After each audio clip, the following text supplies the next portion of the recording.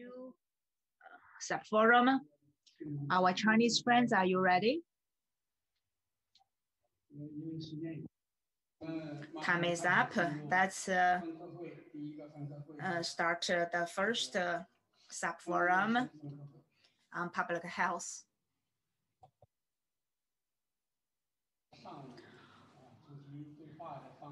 As the same model in the morning, and Mr. Kudo will be the moderator in Japan, and I will be the moderator for the Chinese side. I would like to give the floor to Mr. Kudo first.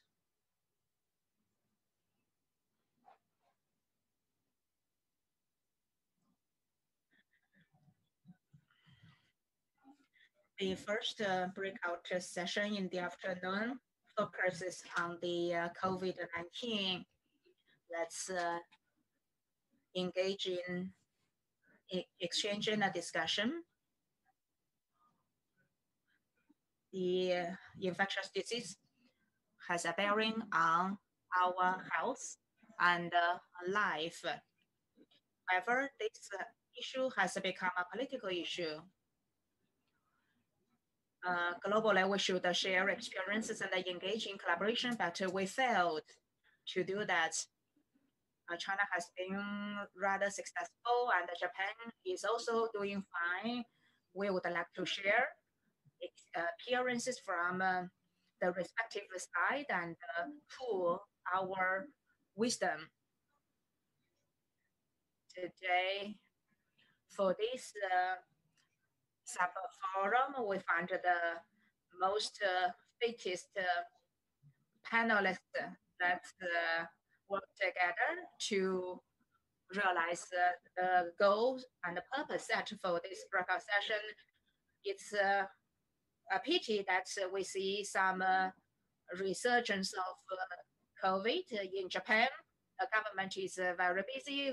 Regretfully,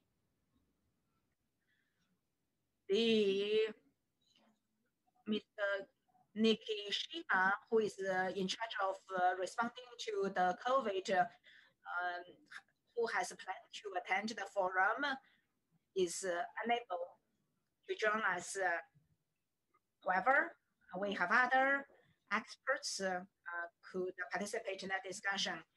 I beg your understanding. Next, I want to introduce the Japanese panelists. On my left side, we have Mr. Oshitani. He's a research professor at Tohoku University, Graduate School of Medicine, and member of COVID response team.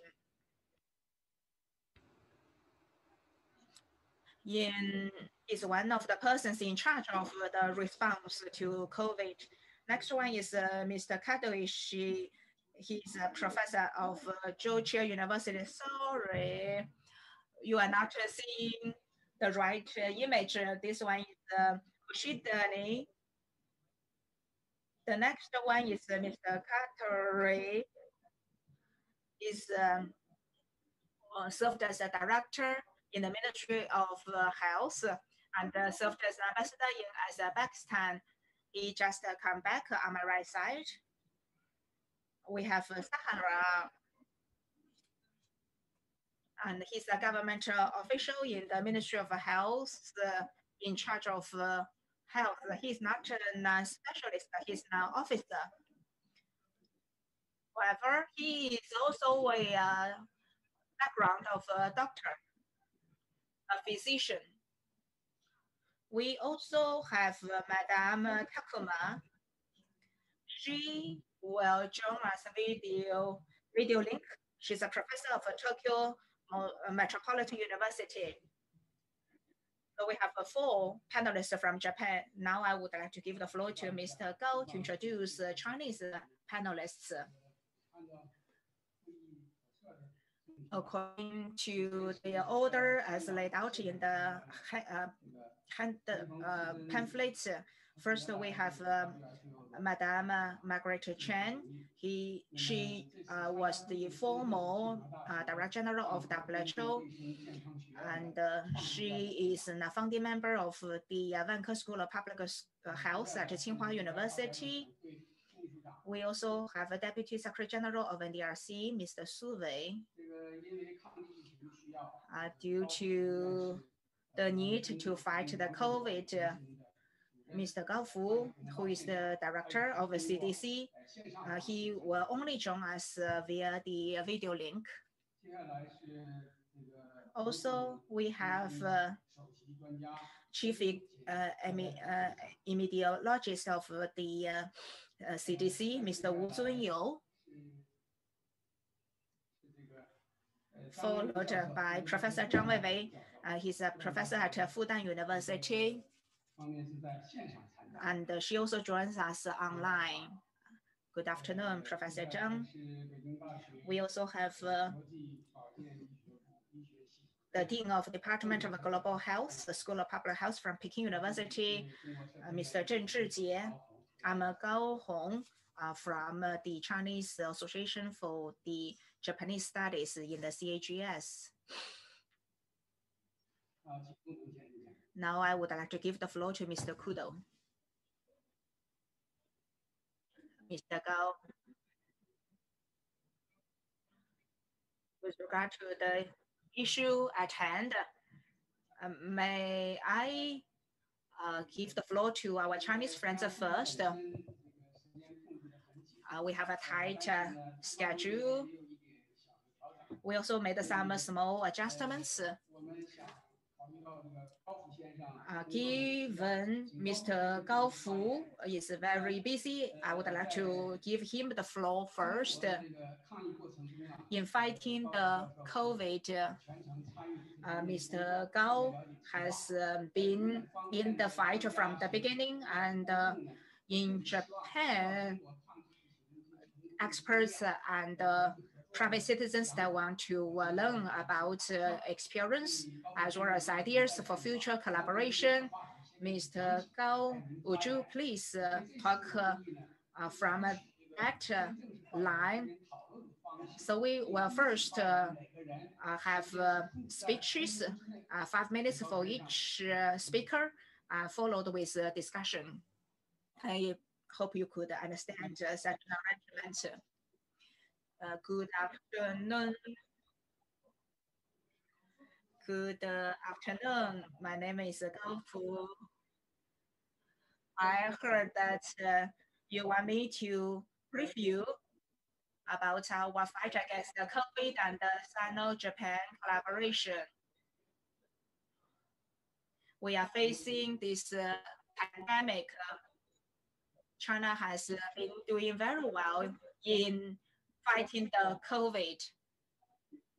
When China first identified the source, ever since the outbreak of the epidemic, first we need to identify exactly what is the disease. Within 1 week, China identified the sequence, origin, transmission, routes, as well as the dormant period, and deliver and produce the testing kits, which laid the foundation to fight the pandemic and share the data to the world, and share the data and the sequences in the epidemiology.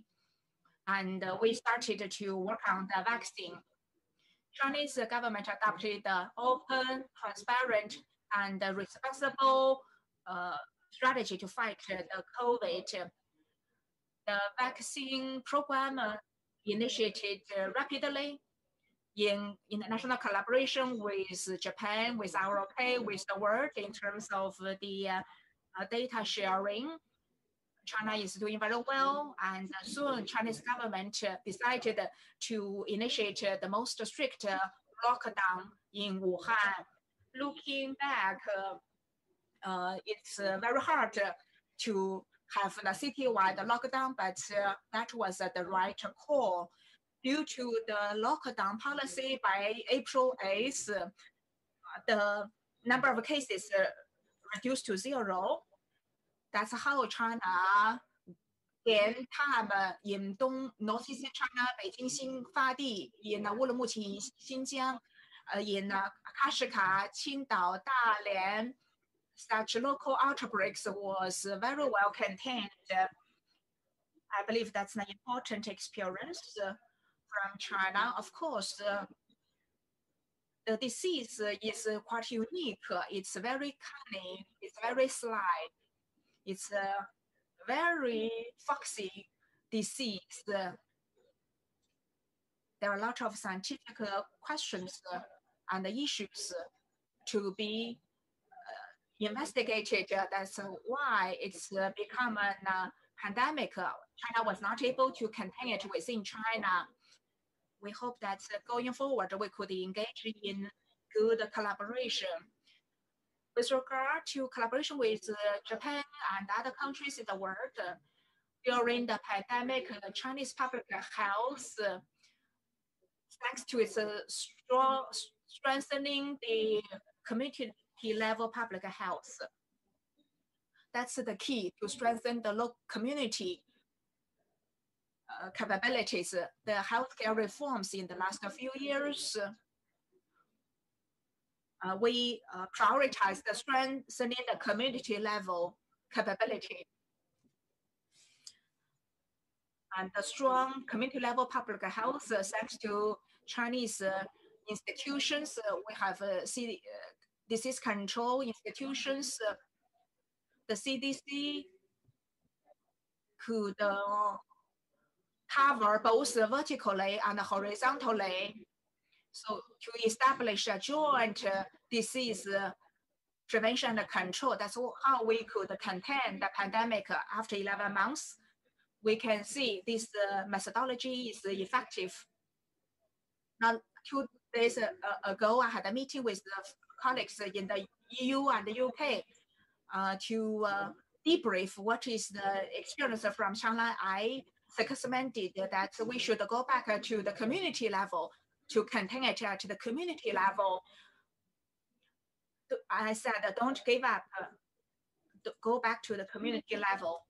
Only by going back to the community level, identify all the infected patient, identify each close contact to engage in early quarantine, early treatment. Only this way, globally, we could contain this pandemic. Personally, I believe the question addressed to me, what kind of role WHO could play? WHO has played a very critical role when we're facing such a very sly and difficult disease. There are so many asymptomatic patients. We have been doing very well. Of course, we could always do better. That's a hindsight. We always want to do better. Looking forward, we might be facing COVID-29 in 10 years, in 5 years, maybe COVID-25. I believe coronavirus, the next pandemic of coronavirus is very possible. As a director of CDC, and we are having lots of collaboration with Japanese infectious disease research centers. So I hope that in the future we can continue the data sharing and also exchanges with Japan so that we can make our due contributions and great contribution to the global pandemic response effort. That's all from me. Thank you, everyone. Okay. Thank you, Gao. I would say that Mr. Gao just mentioned one of the experience very important, that's strengthening the community level public health, which played a very important role. So I'd like to jump in a little bit because some of the Japanese people and friendly would like to understand more about China's situation. So I recommend you to read the journey of fighting against COVID-19. This book is released by the State Council Information Office. And I think that in this book, it can provide you lots of insight and information with a lot of details and data and others that would give you more information. Thank you. Now let's give the floor to Mr. Ku Dao.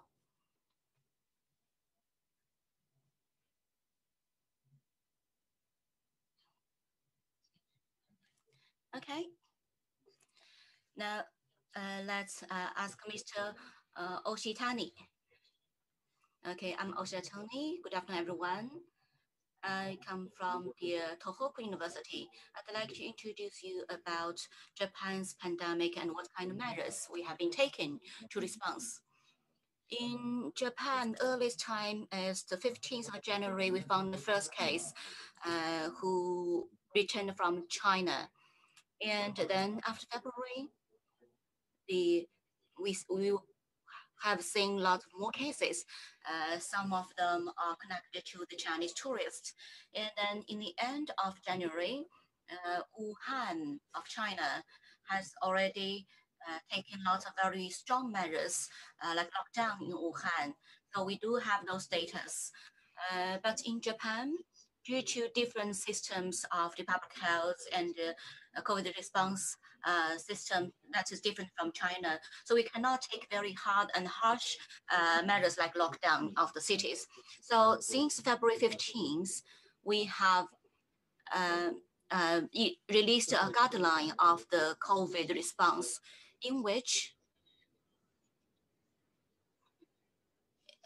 we are trying to minimize the impact of the pandemic to the economic and people's lives.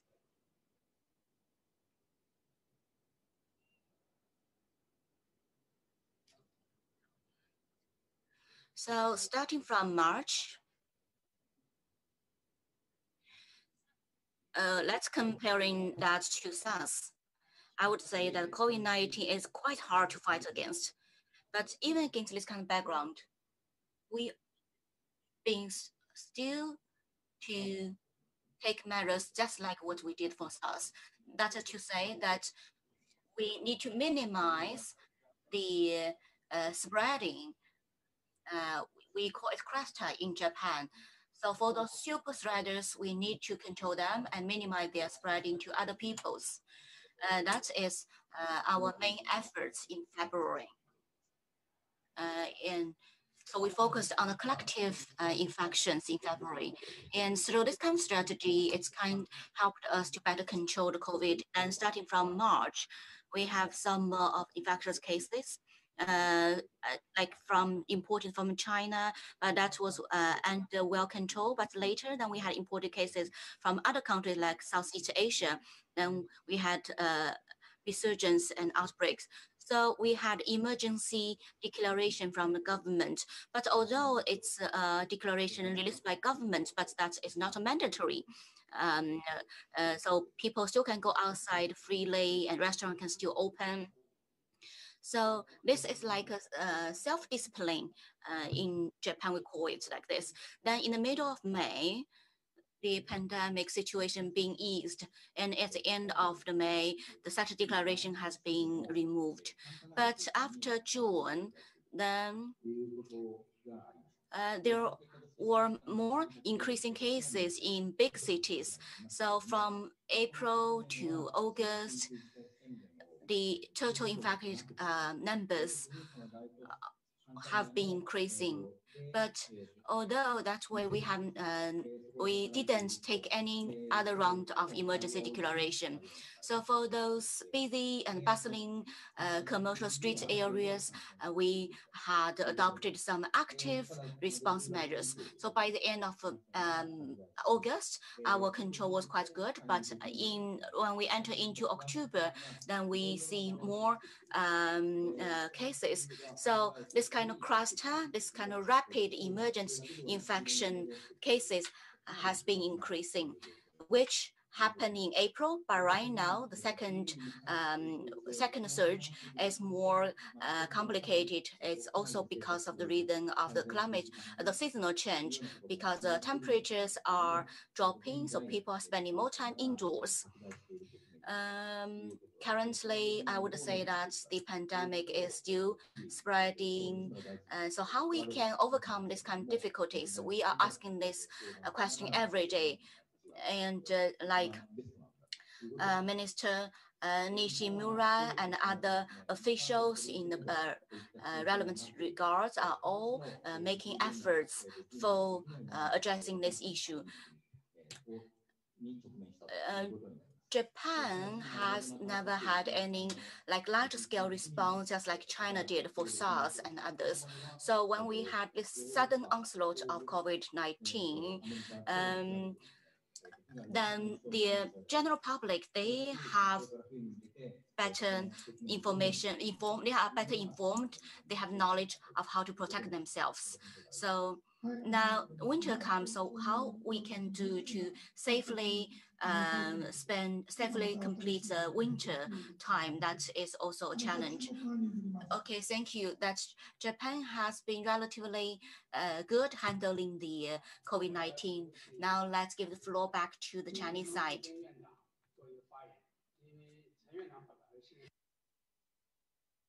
Okay, let's give the floor to Dr. Margaret Chan.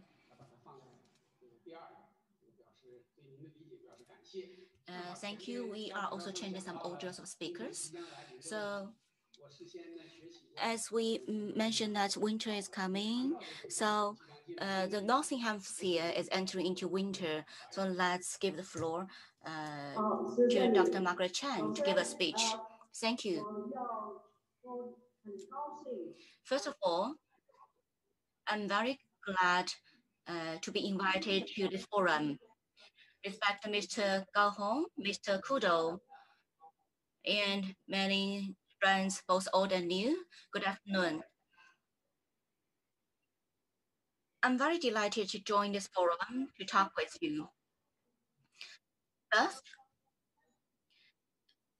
academician Gao Fu, what he mentioned just now, I totally agree with him. So he has talked through a very detailed and specific aspects about what COVID response effort China has taken, and at different stages, different phases, what kind of measures and methodologies we've been taking. So in terms of COVID-19 prevention control, China, Japan, and other countries have different approaches.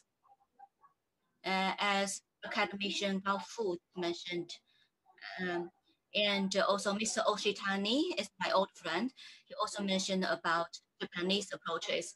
So although China, Japan, we have different approaches in the COVID response, but as a result that our efforts have been much more successful than that of those countries in Europe and in America.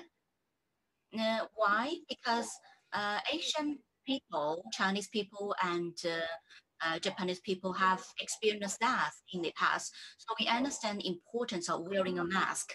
So people can follow the orders like wearing the mask and washing their hands more frequently, keep personal hygiene, and keep social distancing. So people understood that all these measures are quite effective measures to control COVID spreading. So we need to think that it's not only about virus being very smart, and it also can reproduce very quickly. In English, we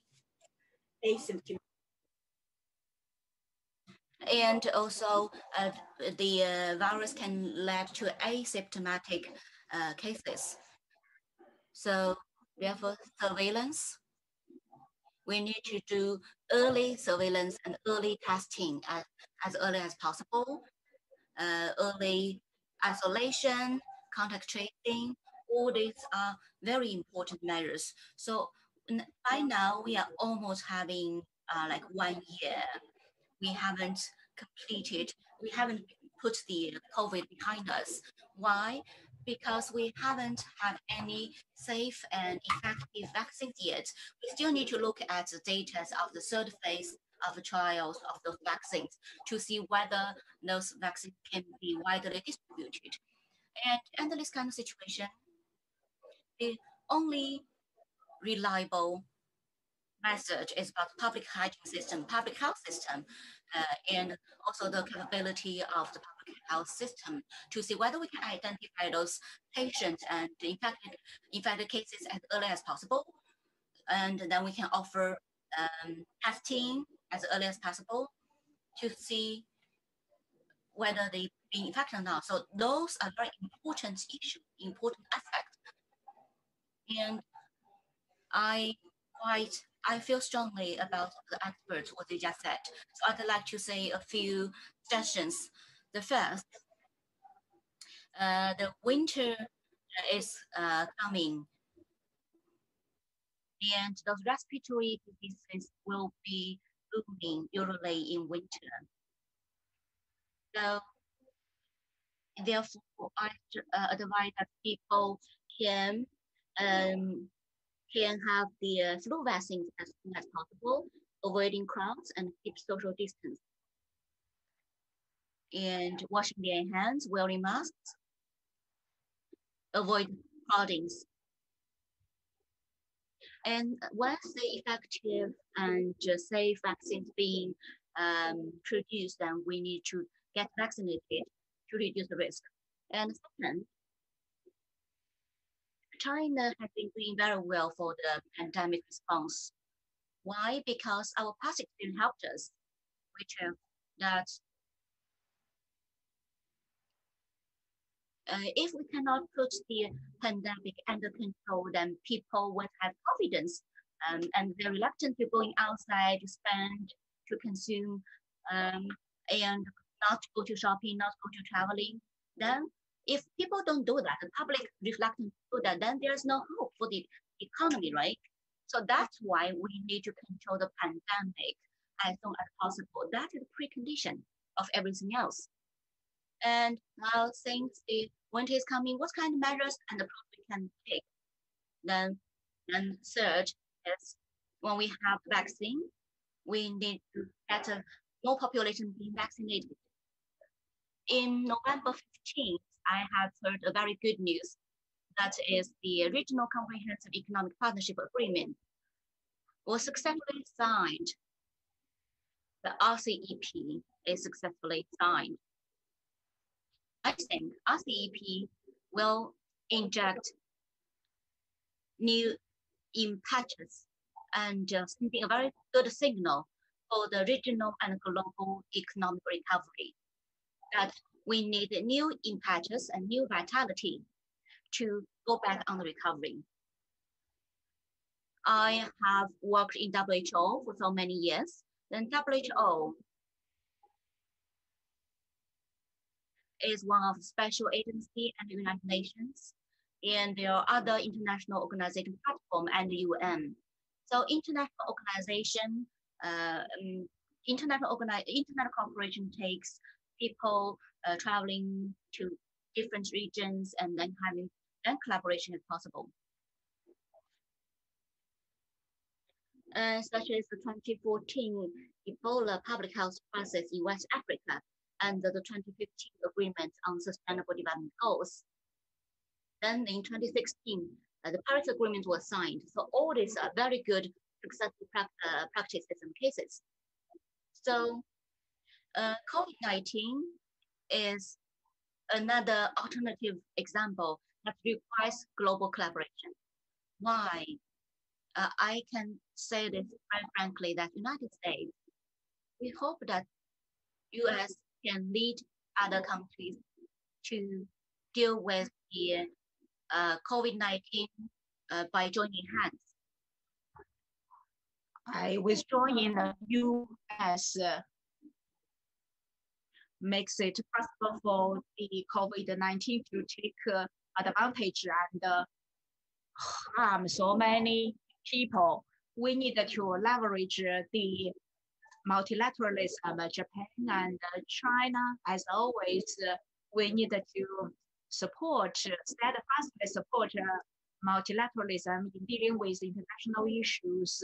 The U.S. administration has settled down. I hope it will offer a good opportunity to the whole world so that it could contribute to the economic development, security, and stability of the entire region and the world. Thank you. Thank you, Madam Chen. The three suggestions are very important and very inspiring.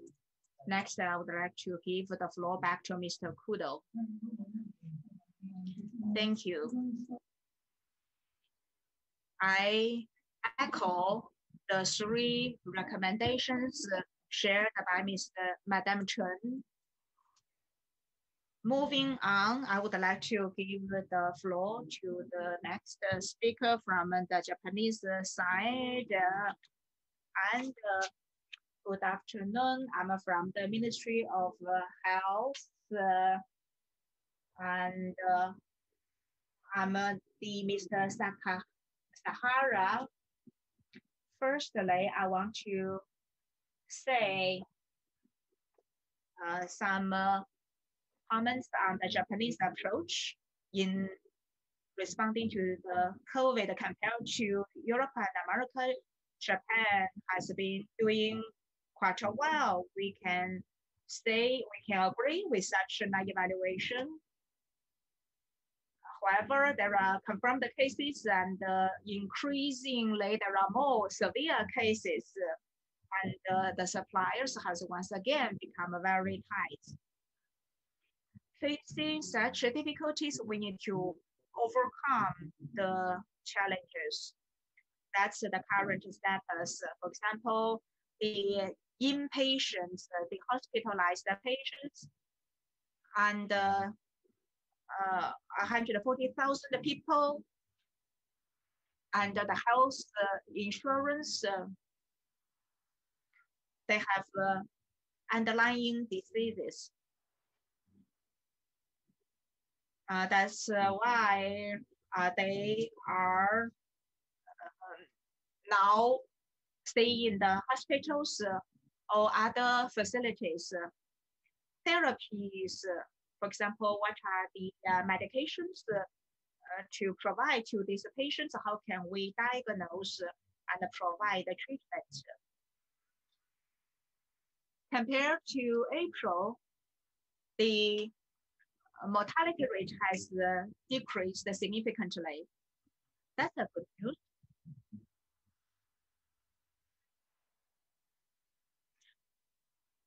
Japanese people have adopted the preventive measures, hand hygiene, wearing masks. WHO also advocated the 3 C's. We call it 3 closed doors, crowds, and close contact. These are the 3 C's. I believe these are the everyday cautionary measures Madam Chen earlier on mentioned. Winter is with us. Influenza cases goes up in winter. Should we respond to it? In Japan, from October 1st, we appeal the elderly to be vaccinated against the flu. From October 1st to 20, it's focused on the vaccination of elderly. After that, it's the vaccination of flu vaccine for the general public. 24,000 hospitals are offering it. Japanese hospitals are working on the vaccination program.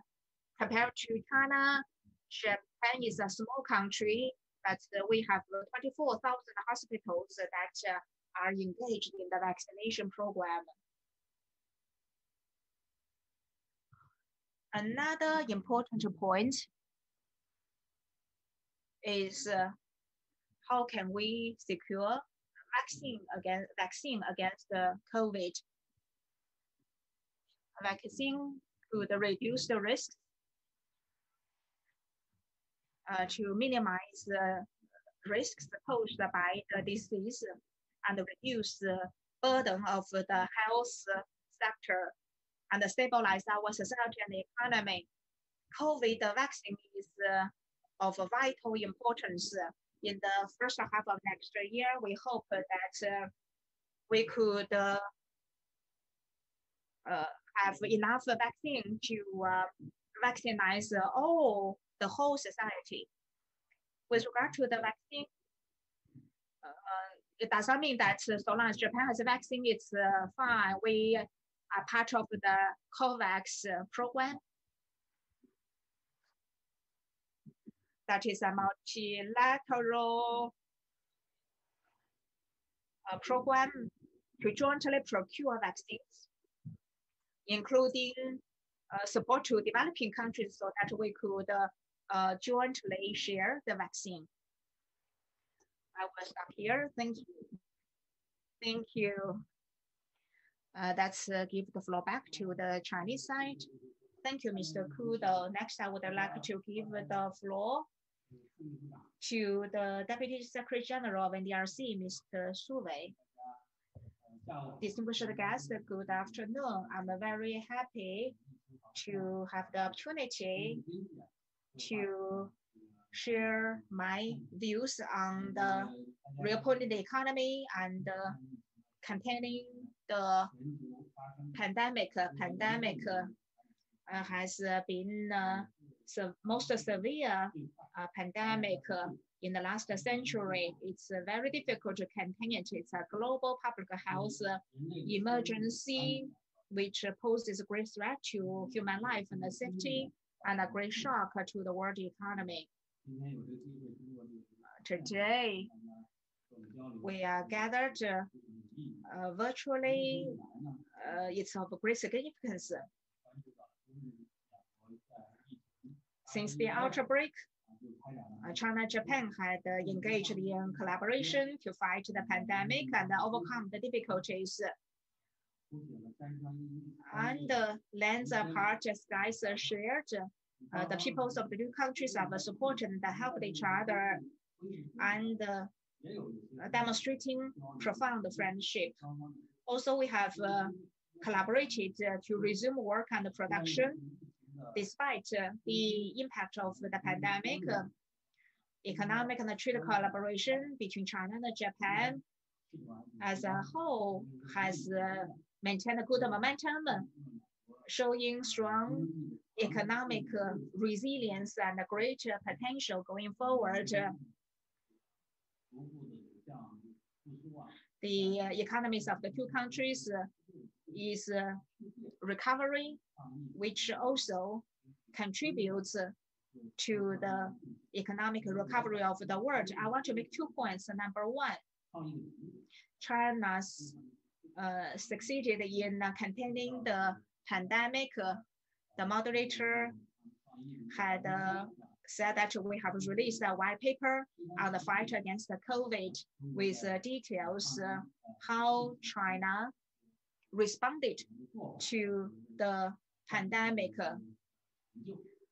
to achieve a strategic results. Under the leadership of President Xi,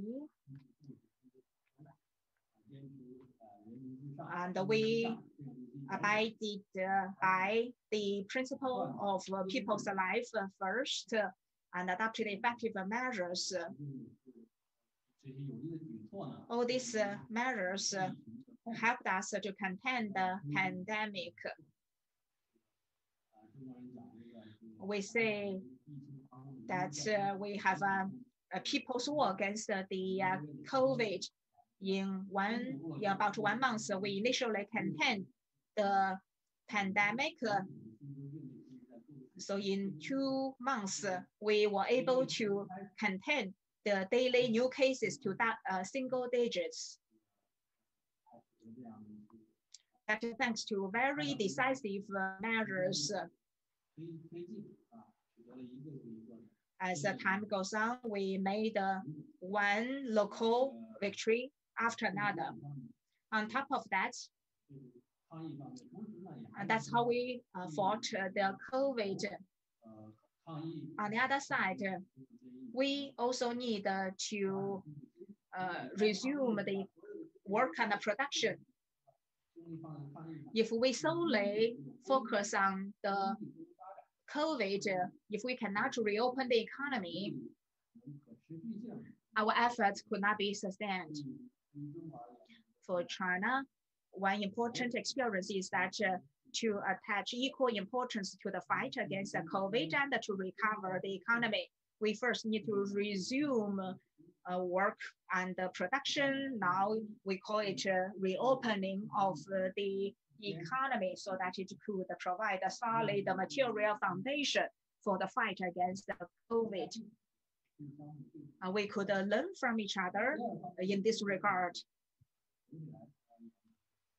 Secondly, despite the shock of the COVID, particularly in the very beginning, it had a massive impact on the economy, and the economic growth, GDP growth turned negative. After 3 quarters, Chinese economy has gradually stabilized and GDP turned positive. And step by step, we started to stabilize the economy. The strong economic recovery plays an important role in fighting the COVID in China. It also contributes to the global efforts. What are the key measures China promulgated? A number of policies and measures, including the measures to protect the market entities, and announced policies aiming at SMEs because the business sector are facing great difficulty in terms of financing and a shortage of the human resources. Government announced policies to address those difficulties faced by the businesses to help them resume production, particularly those individual operators, micro business operators, SMEs. We strengthened fee reductions and set up a mechanism that reaches out to the grassroots level, and made the macro fiscal policy and to strengthen the grassroots level micro and small businesses. So these policies need to directly touch those grassroots market players. Number 2, we strengthened counter-cyclical monetary policy and launched financial policy tools targeted at the real economic operators. Thirdly, we have fully implemented the employment priority policy. Because impacted by the pandemic, people cannot go in outside. But what we can do to resume work and production as well as economy. So that's why we have had lots of employment priority policies.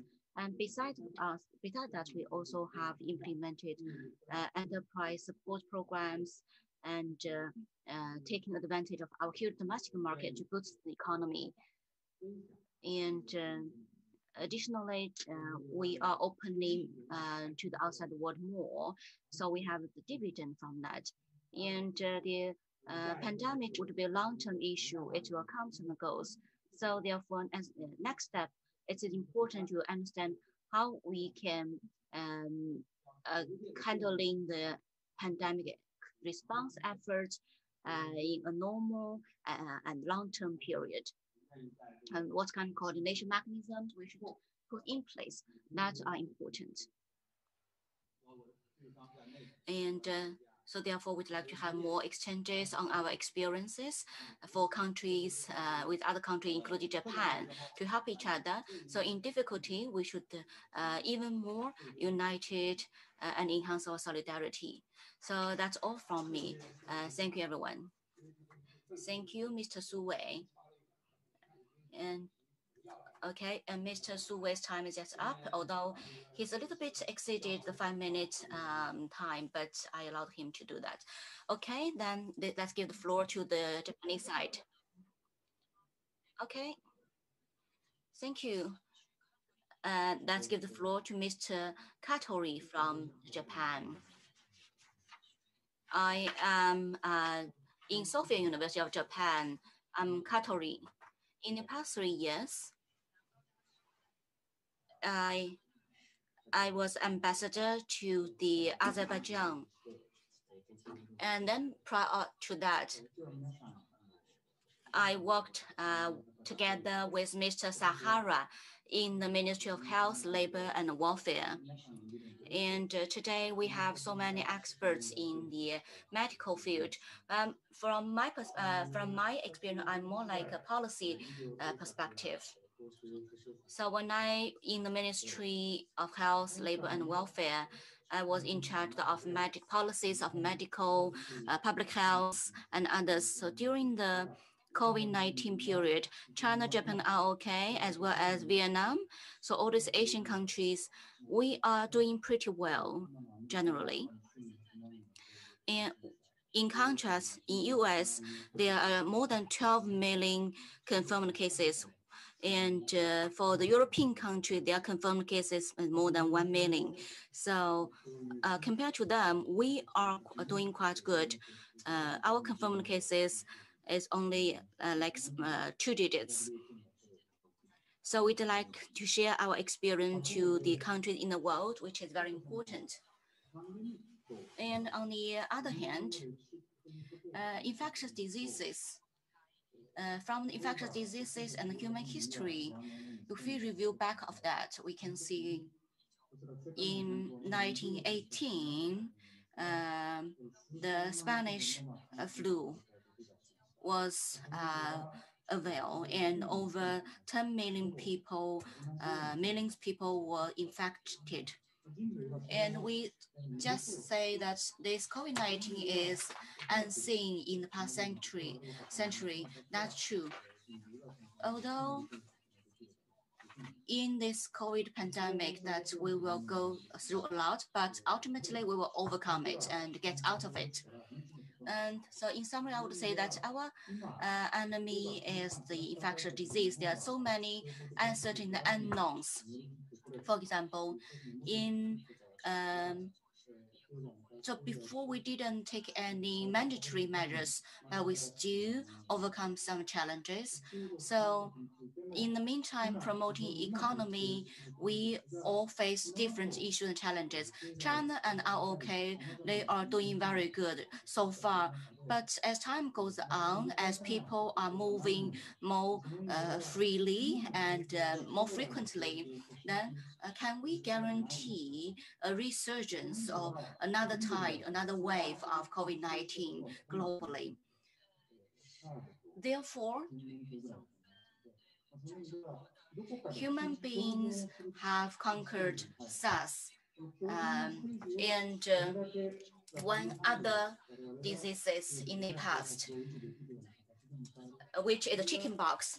So under this kind of situation, what we can do to guarantee our normal life and economy, and that really requires lots of experts in those areas to do their due part. And in Japan, we also had some economic stimulus policies to, as a result, more people are frequently moving. And as a result of that, then we have more increased infected cases. And then for the coordination of economic development and pandemic containment, we are a democratic country. So the human rights, economic recovery, as well as the so for these three areas, how we can balance that, that is very important. In other words, I would say that in a closed space, how we can contain this infectious disease. That is where we are. That phase has been passed. We are living in an open world. And the COVID pandemic is still spreading in other parts of the world. If other countries cannot control it, then that means that as long as one place haven't rooted out COVID-19, then it may spread to other parts of the world. So that is the thing. And because there are so many unknown features of this virus, therefore, for anything that we don't know and we are not sure may happen, there are many such things may happen. We don't need to be pessimistic or optimistic about that. We just need to accept this kind of possibility. Okay, let's give the floor to a Chinese side. Okay, so the officials from China and Japan have shared their observations. Then let's go back to the expert level. So let's give the floor to Mr. Wu Zunyou, Chief Epidemiologist of Chinese Center for Disease Control and Prevention. I'm very delighted to join this forum. I'd like to share my observation in two parts. First, China's COVID response strategies and approaches. And second, I'd like to talk about the strategy on reception of work and protection and order.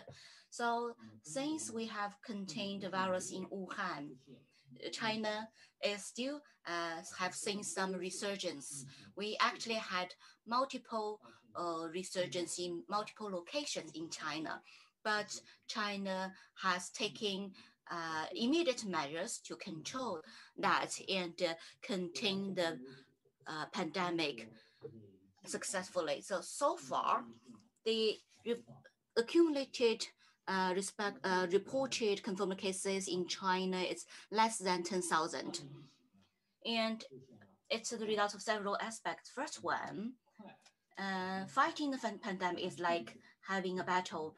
The rapid response and rapid reaction is very important. And we have adopted 4 early practices for infectious diseases, especially those kind of urgent infectious diseases. That the 4 earlies are early detection, early reporting, early quarantine, and early treatment. If we do well in those practices, then we can control and contain the pandemic as early as possible. Second, is in China, we do the virus tracing centered around the source of the case.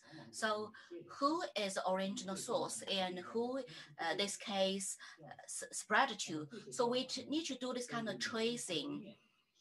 And it's very helpful to cut off the spreading chain.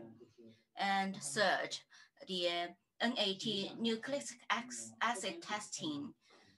The NAT is a standard procedure for China to do the epidemic response. So that in a very short period of time, we can identify the scaling of the pandemic and identify those early infected cases. And number 4, we provide free treatment for all. So all these strategies combined together, it enabled China to have early detection and early control of the outbreak. So those are the 4 important aspects. While on the other topic of the reception of work protection, on April 8th, after Wuhan's lockdown being ended, then 1 month after that, in WHO's meeting, they were asking that it's been 1 month since lockdown ended in Wuhan. Why there's no resurgence? And then during the Spring Festival, we had like 600 million to 700 million of population in China moving from one city to another for the holiday. And we didn't see resurgence for that either. So I would say that COVID-19 is different from other infectious diseases. While for other infectious diseases, when we control that to a quite lower level, then it will diminish itself. It won't be prevailing anymore. But COVID-19 is different. As long as there is even 1 or 2 cases existing, then it may resurgent. It may start another round of spreading. And China, we have never closed our borders to international travelers, but instead we have a very good management and control of people who can travel to China, so that we can put those international travelers in a closed loop so that they won't pose any threat or risks to the rest of the population. Second, for the work and production reception, for any imported goods, we do the detection and testing to make sure that they are virus-free. And third, we have very strict control in local transmission, that at least 14 days of zero transmission locally before work and production can be resumed. So then we have phased implementation. So for those work which are like outdoors, like having less risk, then we can allow them to go back to work and production first. While for other areas with indoors, then we are arranging them coming to a later stage. And additionally, we also use health QR code and body temperature checking and others. Okay, thank you. Professor Wu, thank you very much for sharing all the strategies of China in areas of the rapid detection and control of the outbreak. Actually, the 4 early practice you mentioned were also covered in the COVID-19 white paper book I mentioned earlier. So all these are very important and effective measures. And additionally, for the 14 days of the zero transmission before local work and production can be resumed, I think all these are very good experiences. Next, let's give the floor back to the Japanese side. Okay. The speech just now was very inspirational. Let's give the floor to Ms. Takuma. Can you hear me?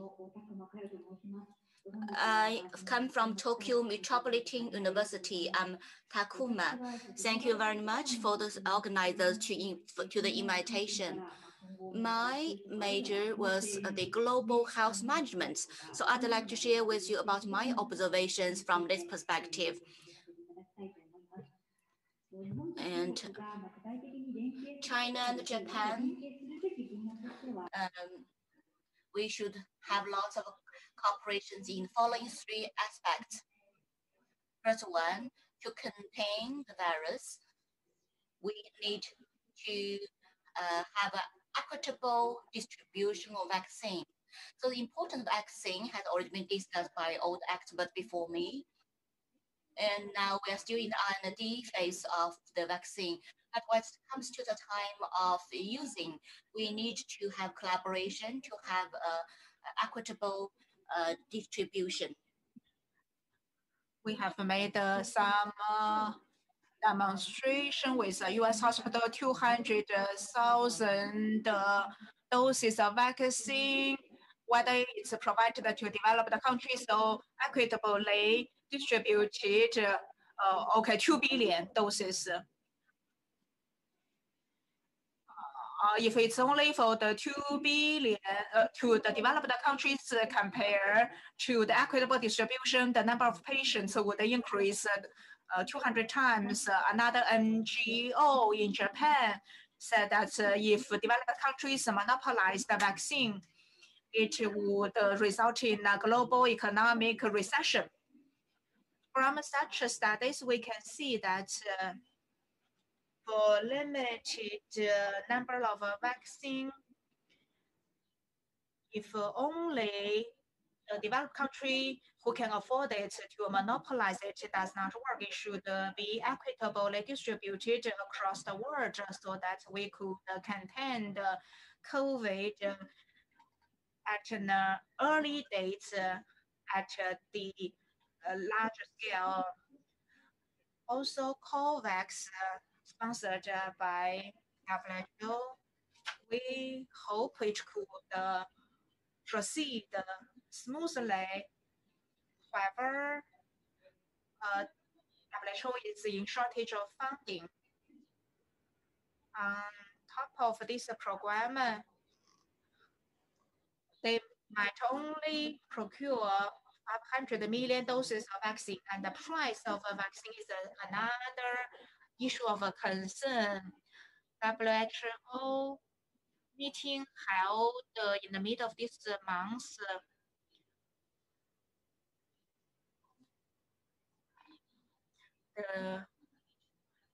talked about the patent or the PR related to vaccine as a country to protect the health of its citizens and protect its own country is understandable. However, such a practice would mean that contain of the COVID and the recovery of the economy is a global issue. Only it's contained globally, all the countries can benefit from it. If just one country is okay, but COVID is spreading other countries, trade and tourism would still suffer, which could continue to bring negative impact on the global economy. I hope Japan and China could support the COVAX mechanism and bring in more members. Second field for collaboration is reform of WHO. A lot of countries criticized the WHO in the response to COVID. In fact, the first response rules need to be improved and we need to amend classification of different diseases. All this need WHO members to reach consensus to make the improvements.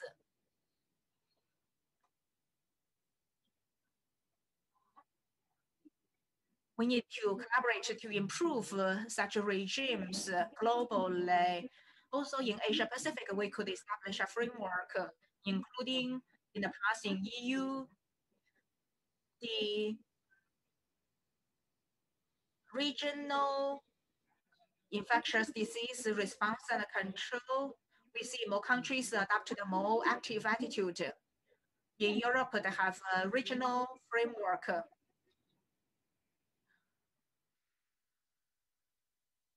In order to fill the gap in the Pacific area, we need to step up. However, we haven't established such a regional mechanism. China, Japan, okay, had Minister of Health meetings in May, but frankly speaking, the specific accomplishments was very limited, including early identification, early sharing of information, and to confirm the situation in the respective countries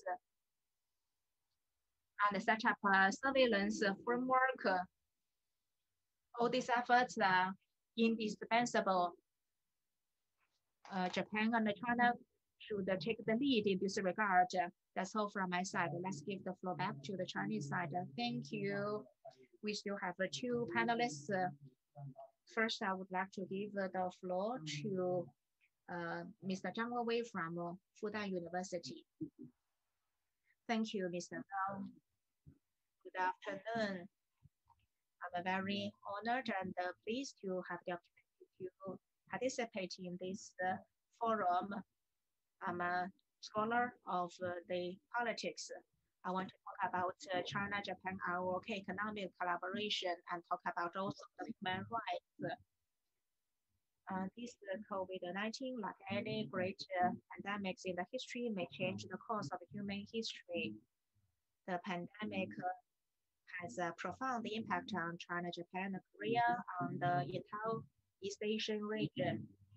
Generally speaking, East Asian countries, those countries that use chopsticks, have fared better than the European and American countries in dealing with the pandemic.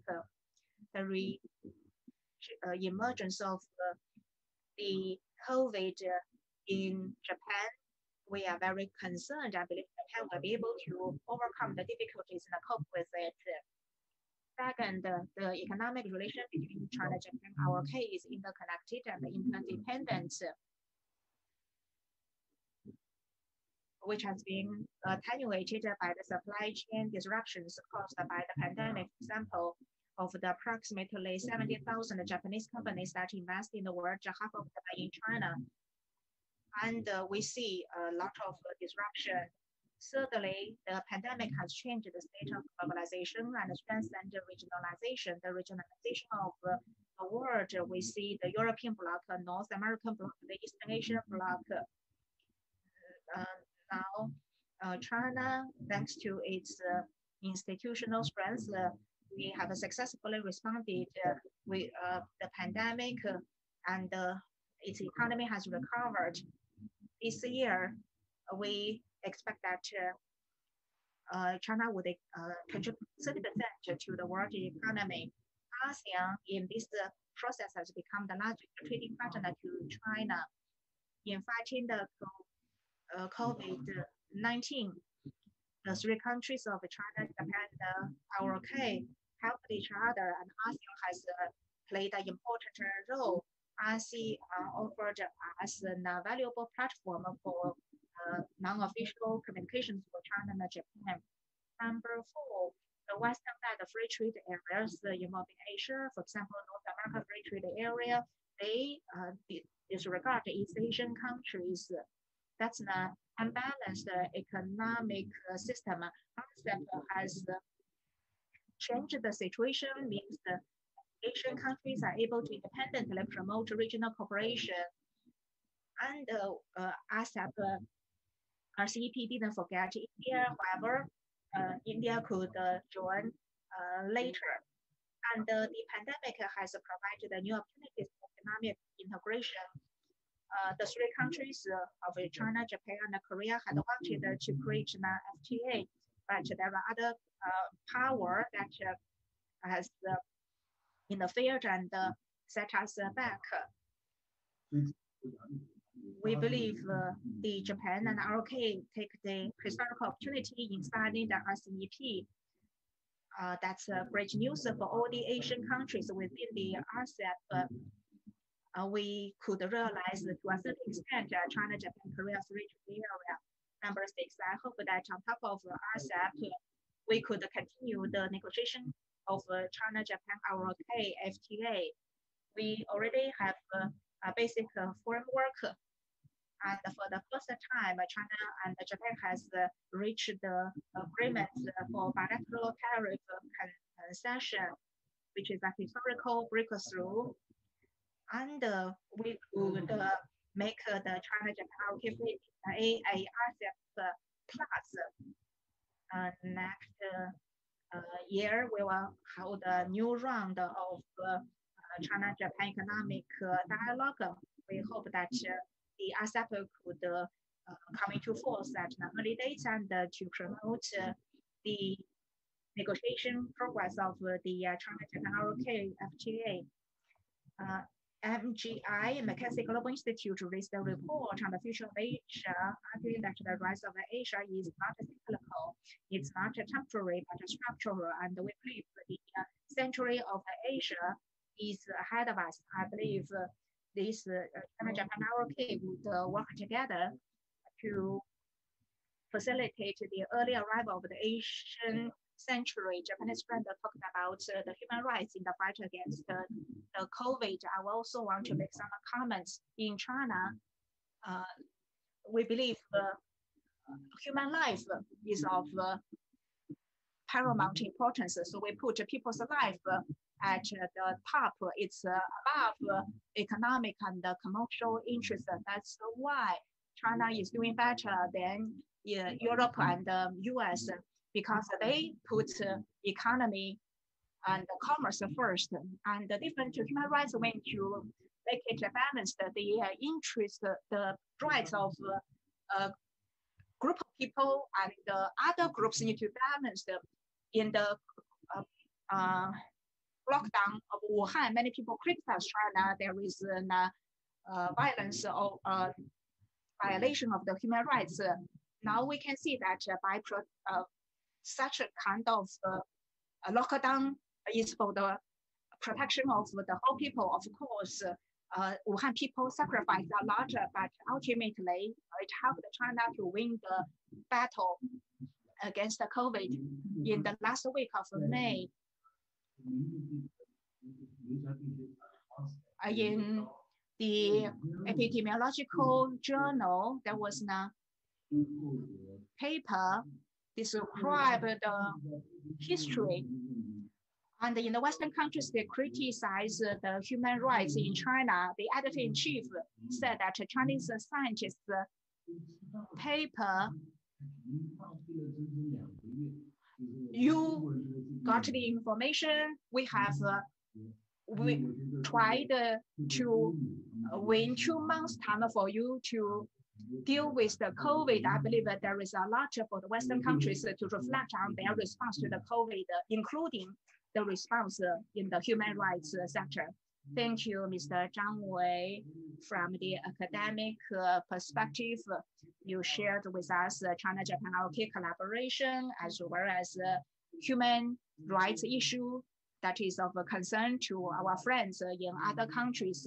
In China, we see the interest of the people is above everything else, because health and life is the basis. As in our white paper, we should accommodate all the patients, do our best to treat them all, and cover everyone for the nucleic acid test.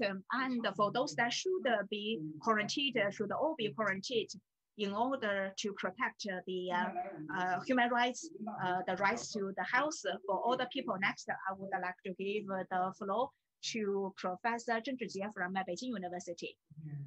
Thank you. Distinguished guests, good afternoon. The other panels have shared many insights.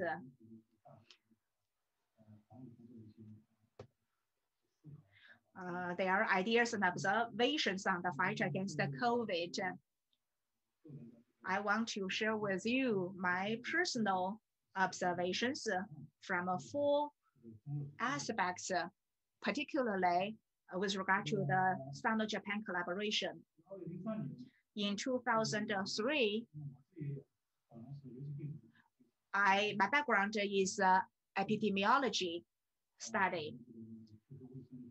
Then I shifted to teaching and researching in the global public health in 2003. As a WHO expert, I was involved in the SARS response. Although I didn't work in the front line in the fight against the COVID, according to my observation, China's response has certain features that is the whole of government and the whole of society response. So whole of government and whole of society, this is a quite important strategy. I also mentioned this to my students in this morning when I gave lectures to them. So public health, these are some also some latest concepts of public health. We've done lots of the plans, but many countries, including the United States, haven't really implemented those plans. But China has done a very good job in this area. So it really reflects the basic concept and practice in China's public health sector.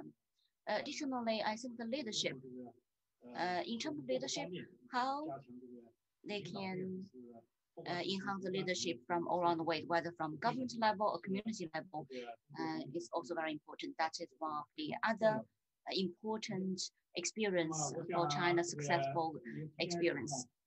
I have several observations I'd like to say. So first of all, I'm very agree to Mr. Ms. Takuma. We had some discussion yesterday afternoon for some China-Japan relation, China-Japan collaborations. And we talked a lot about the public health governance and possible collaboration in this area, especially after the signing of RCEP. I think that in the future, the East Asia economic integration is very possible. So we need to do more work and make contribution in the public health area. And we can also have enhanced cooperation for any new cases. In China ASEAN dialogue, I have mentioned that although we cannot reach European Union CDC, like close contact those like those UN CDC, but at least we need to have more close collaboration establishment in public health area in Asia, so that we can have Asian alliance on public health.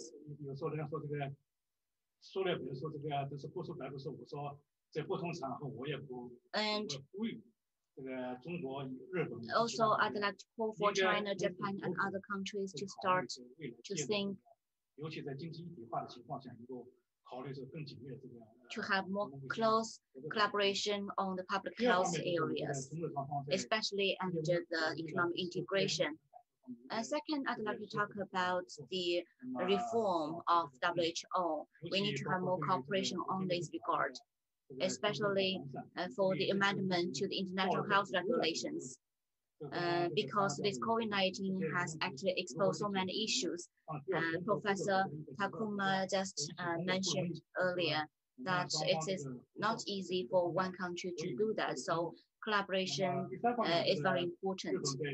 Third, I think that Japan has always stay ahead of the global health, public health area. So we are willing to have cooperation with the Japanese side to learn your experience, so we can work together to improve the global health governance. And next, I hope that we can have more strengthened cooperation between universities and research institutions in the two countries. Right now, we have some just a few cooperation projects, but in the future, I hope that we can have more cooperation at the university level. So by working together between China and Japan, there are lots of things can be done. That's all from me. Thank you, everyone. Thank you, Professor Chen. You had a very clear discussion about your observation. You call for establish Asia alliance on the public health. I think this is very important. So now we come to the Q&A and free discussion perspective. So at Beijing time from 1:50 to 2:30 Beijing time, we are having the Q&A discussion. Now let's give the floor to Mr. Kudao. How about we do this? I am moderator. I'd like to raise questions. So there are so many good areas that support people for the discussion and thinking. For example, the social and government collaboration, and as well as home. So we should share our successful cases, successful practices, and we hope that those propositions can be meaningful. So there are several areas I'd like to understand further. There are 3 points. So from Chinese sharing, I understand that in China, you still have COVID-19 in China, but you can still have early detection and early treatment.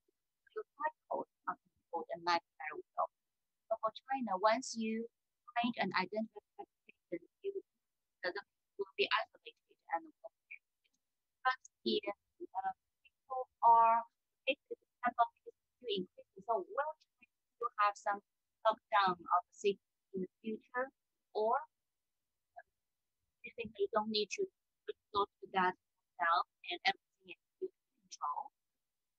And China has been very active in there, but what if there are more cases, increasing number of cases, then what will you do? And second, how to recover the economy is really requires the opening up by countries actually opening its borders. And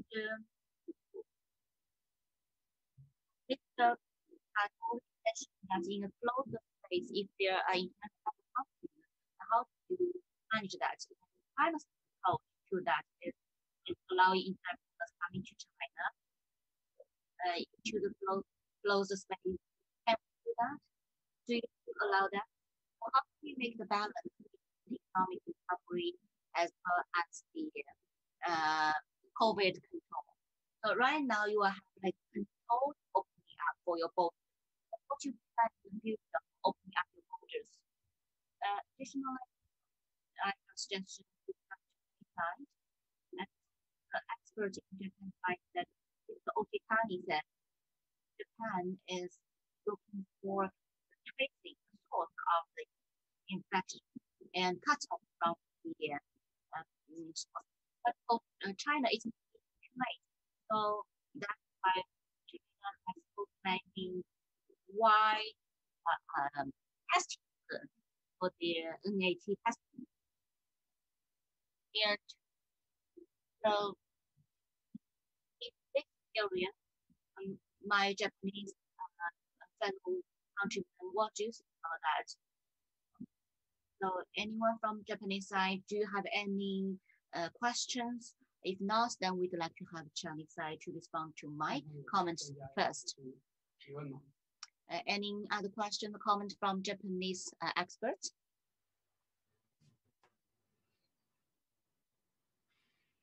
那好，这个亚古教授要发言。Mr. Oshitani. Okay. I'd like to add some further comments.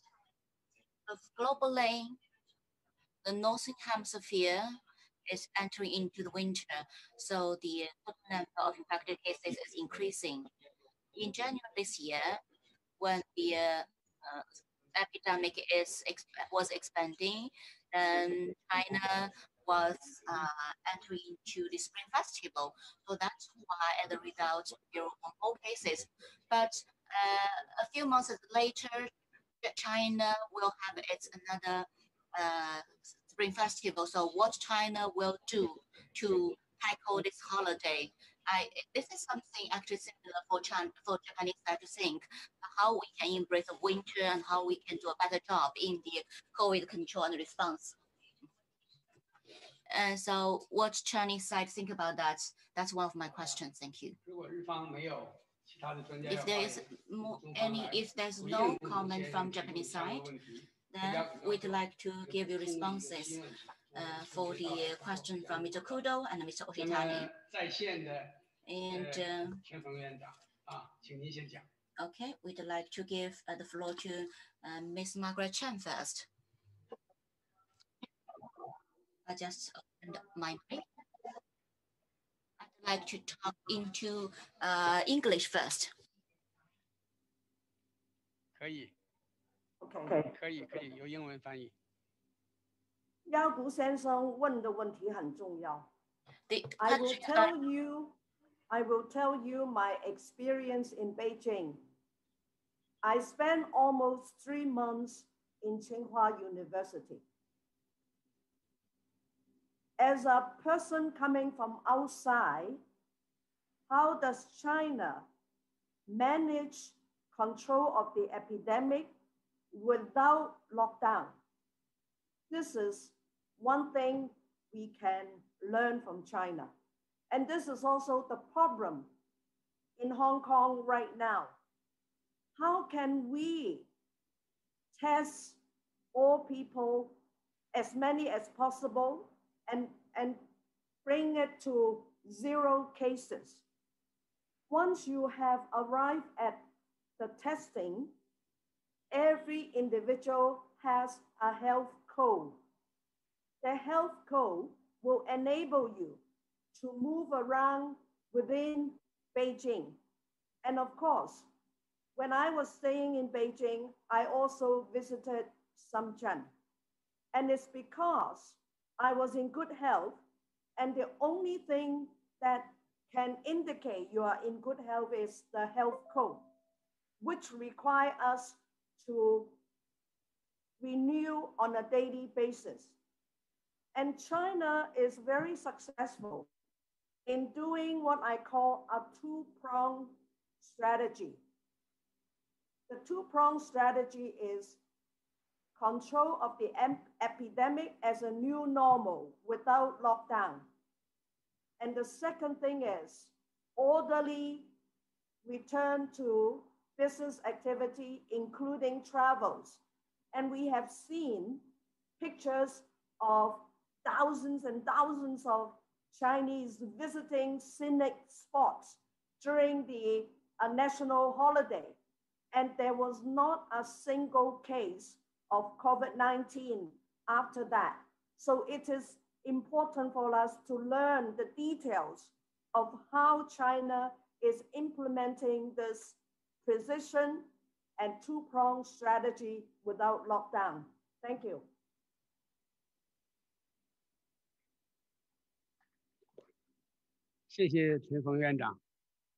Thank you, Dr. Chen. Gentlemen on site and also Mr. Zhang from online. Would you like to respond to the question to Mr. Kudo and Mr. Oshitani?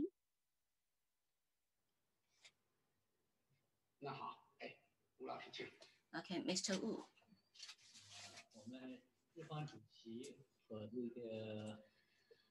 Our Japanese moderator and also the expert, Mr. Oshitani and Mr. Kudo, has raised very good questions. So for China's COVID response, we have different strategies, approaches towards different cases and different localities. So all these approaches are tailor-made based on different areas. For example, Beijing Xinfadi market, we had different targeted strategies to manage them. And for people who've been to the high-risk areas, also we have management for them. So this kind of targeted and precise management ensures that the most population in Beijing, they are having a normal work and life. And recently, there are some spread cases in Yunnan province. And once that happened, then immediately a small scale approach has been adopted. That is, we are restricting very small scale of the people in that area to stop moving. And such restriction is not very long. It's only 2 weeks. So I have involved in the pandemic control for the Yunnan province. So it only takes like 1 incubation period that the pandemic in Kash being contained. And so many people and many infected cases in Kashgar were tracked before the approach of staying still. So the earlier you take such approaches, the higher the efficiency. So in a very short period of time and in a very small scale, all this can be solved. Secondly, about cross-border flow of people, we can see the air companies have increased flights. One scientific measure is a circuit breaker. The circuit breaker means for each air flight, they will conduct a nucleic acid test. If the infected cases reach a certain number, the air company will suspend the flight for 1 week. That means the air companies are forced to adopt measures while we bring in more people to enter China. At the same time, we could contain the number of infected cases. Every day, we still see some confirmed cases, but mostly it's imported. And such cases are manageable. With new imported cases, we put them under quarantine. And earlier cases, they recover and they release from the hospital. And China has adjusted our strategies. In the past, all those coming from outside China, they have to be quarantined for 14 days. Now it's a 7-day quarantine once they enter China, and 7-day observation following 3 times of nucleic acid testing, which has made it more convenient for people from outside China. With regard to the morbidity in Spring Festival, we are not that worried. During the previous Spring Festival, we had 2 bottleneck issues. Number one is a greater number of confirmed cases that were not able to get treatment in hospital. They will stay at home in the community. They will continue to spread. Secondly, we didn't have a sufficient number of tests at that time. We have learned from this lesson. In the 31 provinces, we have sufficient number of hospital beds to deal with the increased number of patients. Number two, the testing capability has been greatly improved. Each city, in different size of cities, every day we could reach 10,000, even 1 million tests in every day. We adopted a scientific pooled testing approach, that is 5 samples pooled into one. If one positive, we will conduct secondary testing, which has improved the efficiency. During the Spring Festival, we see massive mobility. However, so long as there are no infected cases, we will not see new or the rebound of the COVID. So we believe that so long as we properly manage the contained infected cases, we will not see the rebound. Thank you, Professor Mr. Wu Zunyou, for your effective response. Any other questions from the Japanese side or any comments? No? Okay, I would like to give the floor to Kudo.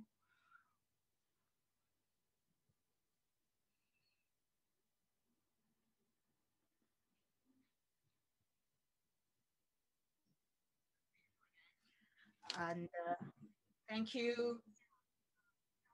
I have a question for Professor Wu.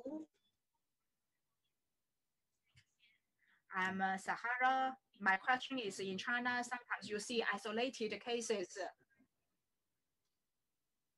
COVID-19,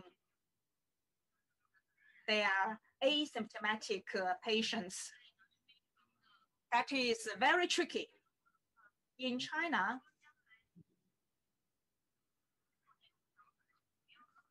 have you all ever thought about the possibility that we need to coexist with the virus, or do we want to totally eliminate the virus? What's your view? Mr. Wu, thank you for the excellent question. Regarding these 2 strategies, to eliminate or to coexist with the virus, in experts in China, we have a discussion as well. In the long-term view, to maintain 0 cases means we have to pay a price. The price is determined by how do we trade off the gains and the loss. So far, the efforts we have made is most cost effective. We maintaining 0 cases. We could resume production. We could resume normal life, like in Wuhan. In May, during the 10-day campaign to carry out testing for the whole population, some experts believe that there is no necessity to do that. However, the administrative personnel, after listening to the experts, they believe a 10-day campaign to test 10 million people was necessary. It was a scientific and a correct measure. It cost 1 billion RMB. And like experts pointed out, the infection rate in Wuhan was very late. After the testing, we identified 200 to 300 asymptomatic patients. The general public saw it and they are confident to resume production and life. So long as work is resumed each day, the output would be over tens of billions of RMB. So that's more cost effective for us to test all the residents. It seems it's costly to maintain 0 cases. However, so far we can see that is the most cost-effective approach. Once we have the vaccine, the new strategy would be released. At that time, how can we be more scientifically contain the disease? We could discuss that issue then once we have the vaccine. Thank you. Back to you in Japan.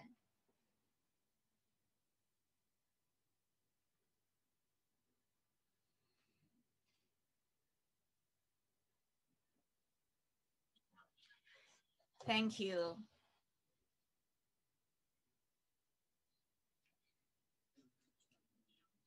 I'm not a medical expert.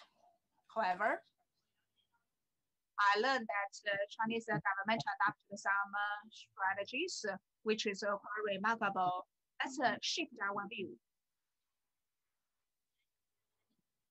Globally, China is the second largest economy. With regard to the global economic recovery, how does China look at this issue? China has adopted very specific measures to contain the virus. We also talked about in order to resume and recover the economy, we need to resume the flow of people and the flow of goods. In this process, in some places, containment is successful. Some areas, they fail. That would cause a disruption to the goods and the personnel flow. In WHO, they believe that if other countries are not able to adopt measures like China adopted, there will be unbalanced economic development across the world, which could enlarge the gap, like the report released by OECD mentioned that in the long term, that could become a bigger hurdle to the global economic growth. In terms of recovering the economy,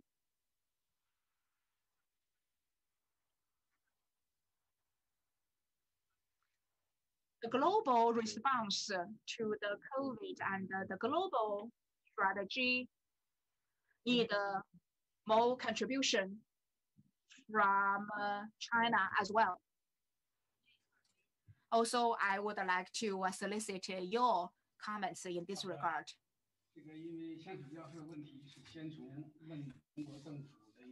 First, he asked about the government policy. Now, I would like to give the floor to Su Wei. Would you please respond to it? In economic recovery and resumption of work, if any Chinese panelists would like to address the question, please signal to me. Thank you very much for the question. It's an important question. Pandemic is a global challenge which needs joint efforts to fight it and recover the economy. In China, we contained COVID, so we could recover the economy ahead of the other countries. If we could quickly stabilize the infection, that's the prerequisite for the economic recovery globally. Different countries have different situations.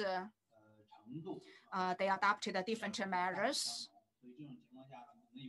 As a result, in certain regions, they have stricter measures and successfully contain the virus. In some regions, they are facing a lot of higher risks. Under such a background, how can we promote global economic recovery?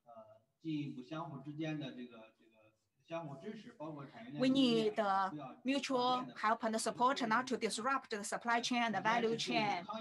First, in fighting the COVID, we need to coordinate the measures across different countries to orderly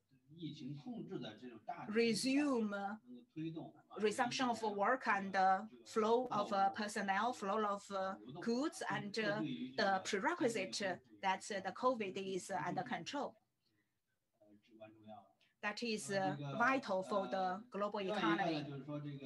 Secondly, what are the measures to be adopted? When we talk about flow of personnel, flow of goods, the circuit breaker mechanism,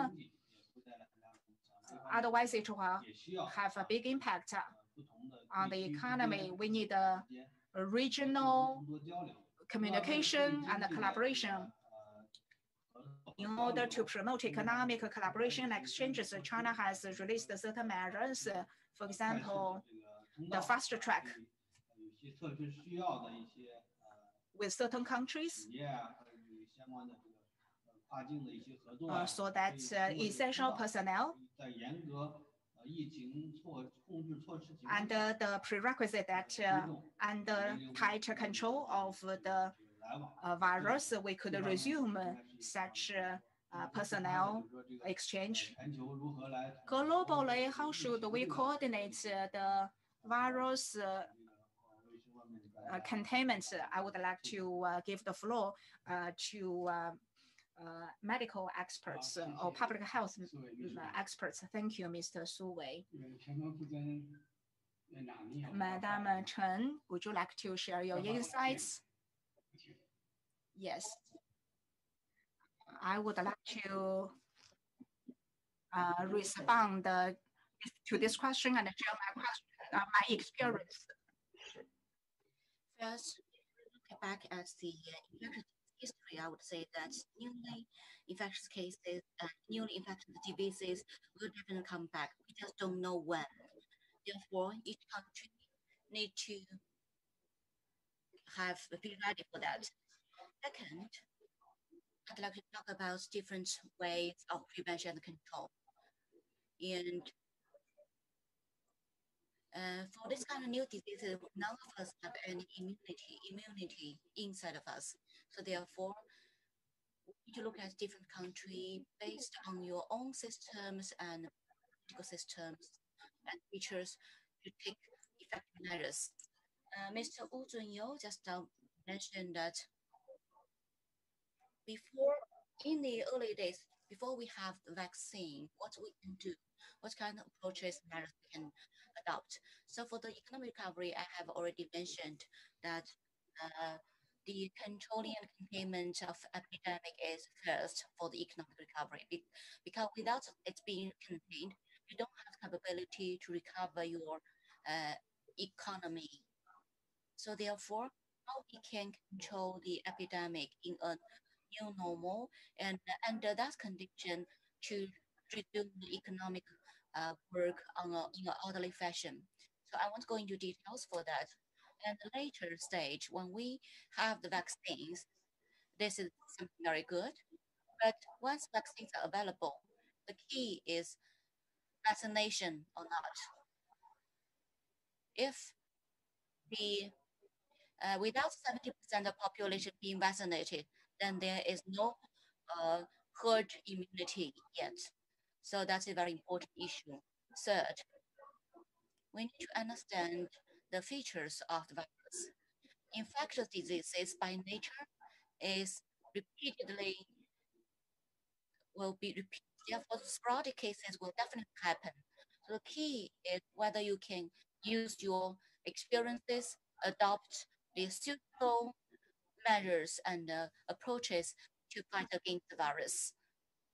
And one more thing very important, don't rely on your experience in the past for preventing the infectious diseases onto the COVID-19. Because COVID-19 virus is totally new. If you are relying on the approaches of Ebola or SARS, it won't work. So this is very important.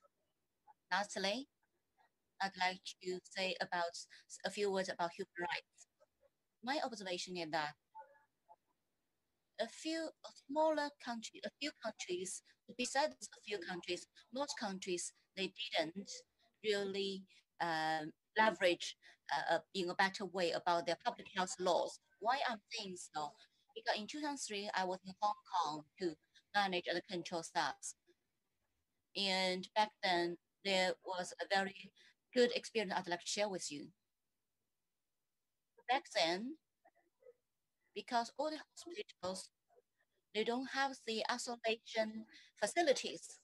So I had to release a brand new isolation plan.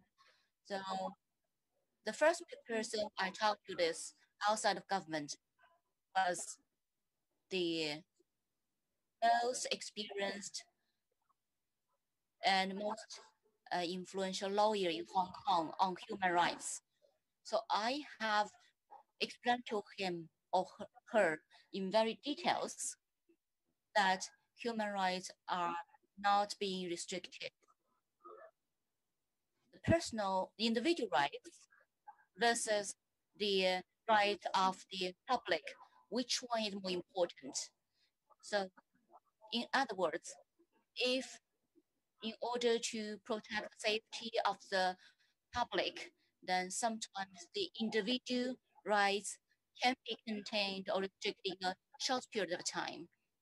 Just like Mr. Wu Zhunyou mentioned that the containment is 14 days. That is 14-day control and containment. So after your 14 days, you can move freely. Therefore, to better leverage the laws on public health is very important. Right now, United Nations doesn't play its important role for solidarity among countries. And currently, its countries through bilateral or trilateral ways to have collaborations on this. I think for COVID-19, this is not a good practice. It's even worse practice because COVID-19 understand to take the opportunity of our different social systems, political systems, different views to harm our safety and to damage the lives of the public, as well as to damage the world economy. So therefore, we need to take step by step. We need to have regional, small-scale collaboration first, then expand that collaboration to a global scale so that we can fight against COVID-19 altogether. That's all from me. Thank you, Madam Chen. Madam Chen has commented based on her own working experience in the past. And in fact, that China, Japan need to exchange, not only exchange experience, but also to use such experience in good ways. And we also need to pay attention, not using those experiences or wrong experiences. So Madam Chen, thank you very much. So based on our schedule, we need to have the last 10 minutes go back to the audience of the Japanese side to raise some questions for both Chinese experts as well as Japanese experts. So maybe let's give the floor back to Mr. Kudo to arrange the Q&A from your audience. Thank you. Okay. We have many people watching this discussion on Zoom and think that the comments are quite persuasive. And there is no questions raised yet, but I'd like to make another question because Madam Chan's speech just now is very inspirational. So my question is going to be answered. I'd like to Madam Chan answer my question. So for this global COVID virus, we are taking measures respectively, and WHO doesn't play its role. So we are like taking measures like lockdown and removing of lockdown and then resurgence others. But what are the responsibilities? What are the things that need to be done by WHO? I think this is a very important question that we need to understand and reach mutual understanding because we need to have this consensus first. So, World Health Organization, what are the works that WHO should do? I think that from Japan's side, we have our own views on that. But let's make clear that Mr. Oshitani, you would like to say a few words. Okay, let's welcome. So for Mr. Kudo's question, I'd like to respond and say a few words. China, Japan has adopted different approaches and methodologies to address those issues. But in this, how we can share our successful experiences. It should be WHO to take the leadership and give a strategic direction for country to follow. But I think that is the thing that needs to be done by WHO, but it hasn't been done yet. And additionally, we also need to have an independent organization like WHO to have coordination and consultation with different countries about opening its borders. But it seems the WHO hasn't done so yet either. So that's why the countries are negotiated bilaterally. So I think that many roles WHO should play haven't played yet. So I think that is one of the challenging. Okay, let's give the floor to Chinese side. We don't have much time. And the question from Mr. Oshitani and Ms. Kudo are for Madam Chen to answer. Will I answer the questions? Yes. The signal was not good. Please answer the questions. Thank you. I'd like to answer the questions in English.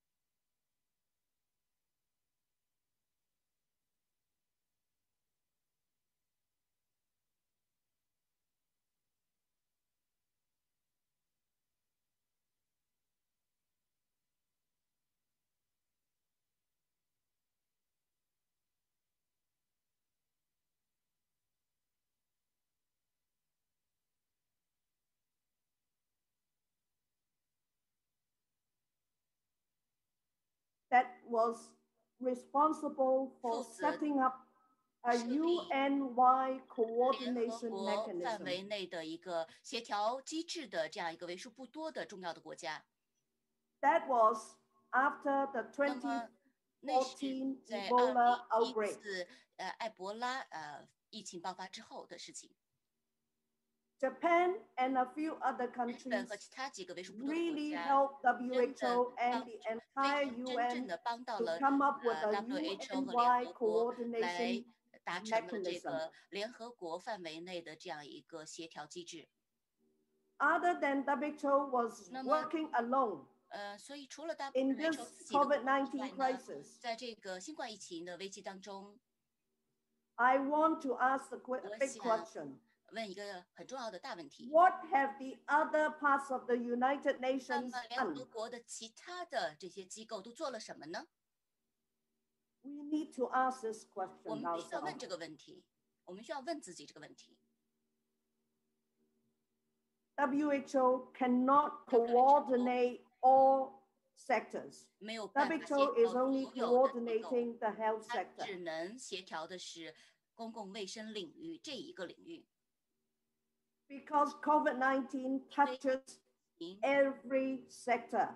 它所 And 触及到 just 的是 now 各 we 个 mentioned 各个 about 方面的 travel 刚 of 刚 people, 人员流 airlines 动，还有这个航空公司，还有就是 ocean liners, 还有像这个海上的这些船只、运船， and of course, 那么当然 economy, 经济 humanitarian response. 以及经济以及这个我们在人类方面的这种回应。 COVID-19 touches every 新冠 sector. 一看到了新冠疫情是触及到方方面面的。 I know the world's people are very 我知 scared, 道，世界上大家都感到很害怕，担惊受怕， and far too many people 而 are 且很 not 多人 performing their parts 并 to 没 make 有 this 尽 a 到 better 他 world. 们自己的责任，来让世界变得更好。 And of course, WHO 当 has 然 to 了 reform, ，WHO 必须要进行改革， and so do the other parts of the 就 United 像是 Nations 联 system. 合国体系内其他机构一样，也需要进行改革。 But we must not 但 forget 是 one 我们 thing. 不能够忘记一点， Member states are the bosses 成员 of 国 all United 是 Nations systems. 联合国系统发挥最主要的力量。就是国家。这些 Did you 国 make the 家 point? 这些国家、这些成员是发挥非常重要的作用。 So the United Nations, 但是 including 联合国包 WHO, 括 WHO， can only be as good 他们 as 能 the 做多 member 好， states 取决 want 于 them 他 to 的 be. 成员国希望这些机构做得多好。 You cannot 我 ask 们不 the 能够 United 要求 Nations 联合国， to do things that they don't have the money 如果没有资金， and the authority 也 to 没有 do 权 so. 利去做好事情的话，怎么能够期待联合国的这些组织能够完成大家要求他完成的使命呢？ That's all I wanted to 这 say. 就是我 Thank you 想 very 说 much. 的。好，谢谢石峰副院长。这个因为这次北京东京论坛的这个节奏非常紧，后边还有下一个分科会，我们还剩1-2分钟时间，是不是请共同代表，代表日方做一个简单的总结？